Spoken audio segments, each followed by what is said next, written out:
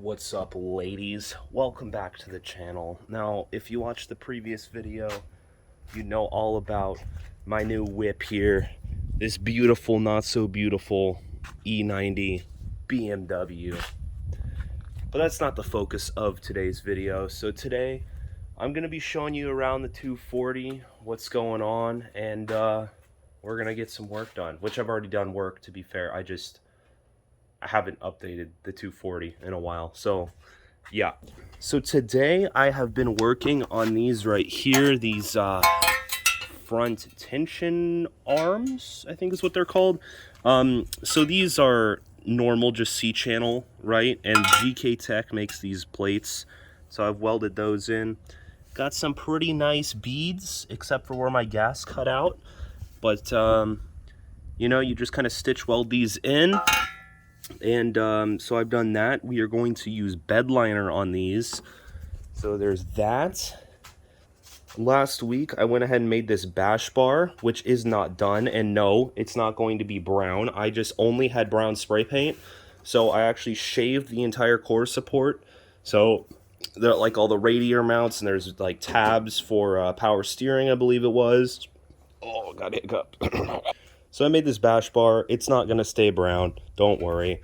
I've also got more diagonal pieces that I'm going to do. So it's going to look kind of like the like Rocket Bunny style or Street Faction, whatever.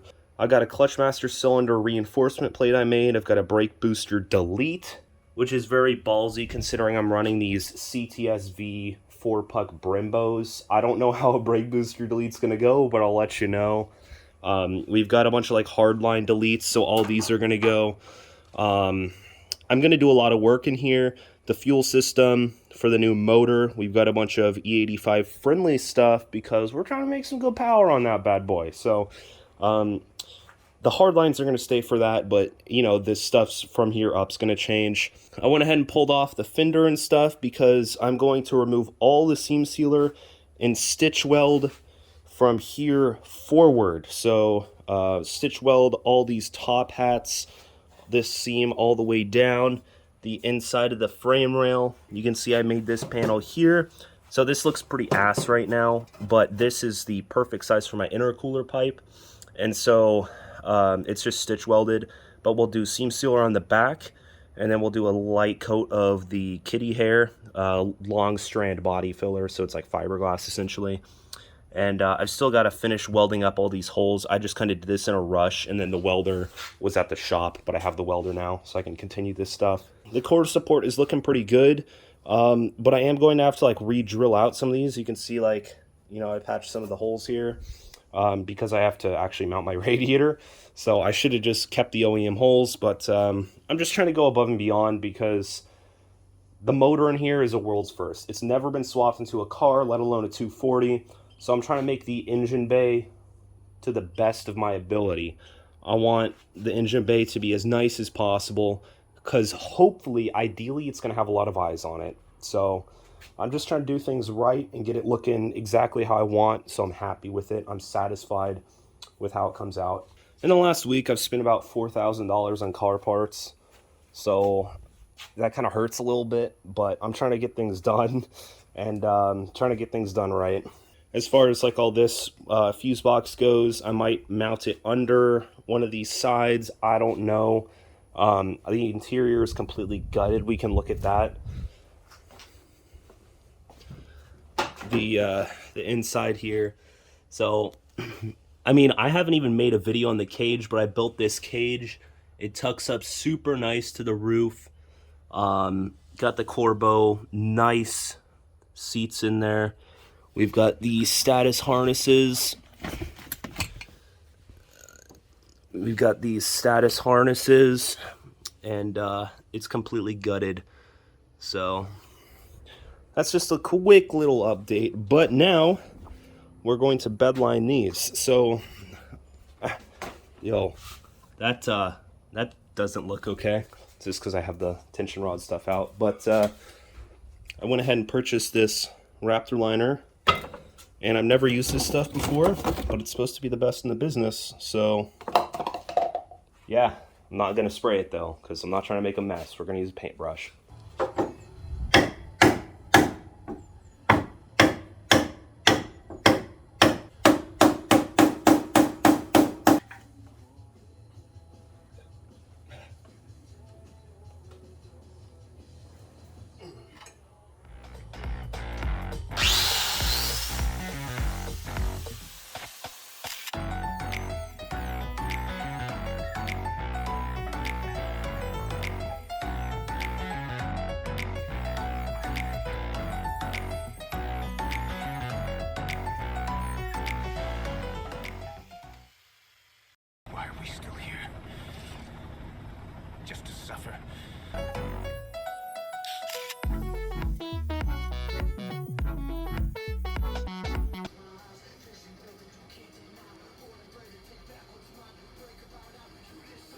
So in the next video, I'll show more of this, but this is the new brake booster setup. So, okay, don't fall, don't fall. This is the new brake booster setup. We've got that, and then we got this proportioning valve, which will look very, very nice.